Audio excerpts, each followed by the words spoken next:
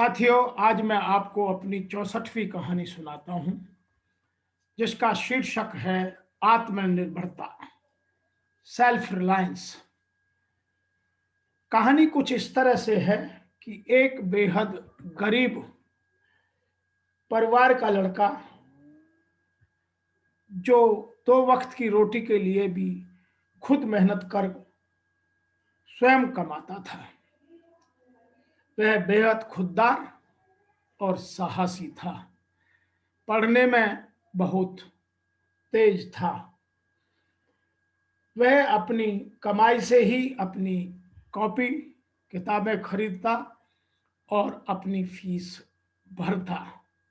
इसके लिए वह दूसरों के गार्डन में, बागीचों में जाकर काम करता। वह पढ़ने में तेज था, इसलिए उसके साथी उससे चिढ़ते। उन्होंने एक दिन जाकर स्कूल के प्रधान अध्यापक, प्रधानाचार्य या प्रिंसिपल से शिकायत की और कहा कि यह हमारे पैसे चुराकर अपने स्कूल की फीस भरता है, उसी से कॉपी किताबें खरीदता है।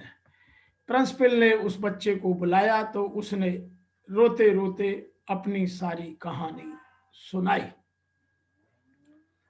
प्रिंसिपल ने कहा कि मैं इस बच्चे की सत्यता पर विश्वास करता हूं और खुद इसकी जांच करूंगा।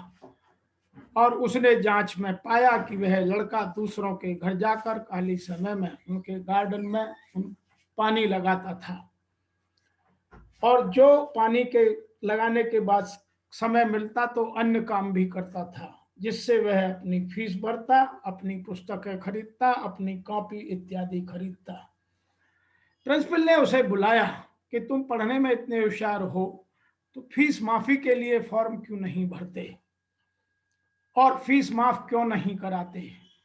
उस लड़के ने प्रिंसिपल से कहा कि जब मैं स्वयं कमा सकता हूं तो मैं दूसरों पर निर्भर क्यों रहूं।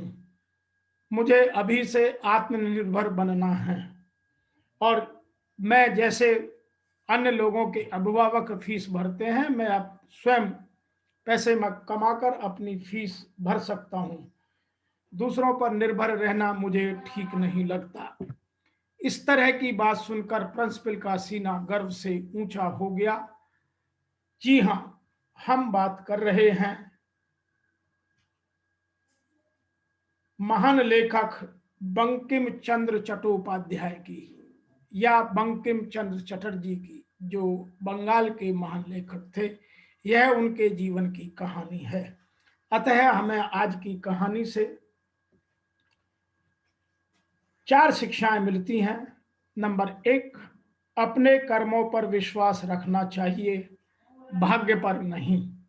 नंबर 2, सफलता के लिए हमें दूसरों पर निर्भर नहीं रहकर आत्मनिर्भर बनना अत्यंत आवश्यक है। नंबर 3, मेहनती, साहसी और ईमानदार व्यक्ति ही जीवन की बुलंदियों को छूता है। अन्य लोग उससे ईर्ष्या, जलन करते हैं तो करते रहें। नंबर 4, साहसी और मेहनती व्यक्ति दूसरों की व्यर्थ की बातों में अपना समय बर्बाद नहीं करता, वह आगे बढ़ता रहता है। आज की कहानी में इतना ही। आपका इस कहानी को सुनने का, समझने का बहुत बहुत धन्यवाद। अगली कहानी लेकर फिर मिलेंगे। आशा है कि आपको मेरी कहानियां पसंद आती हैं। आप इस चैनल को सब्सक्राइब अवश्य करें ताकि आपको ये कहानियां सबसे पहले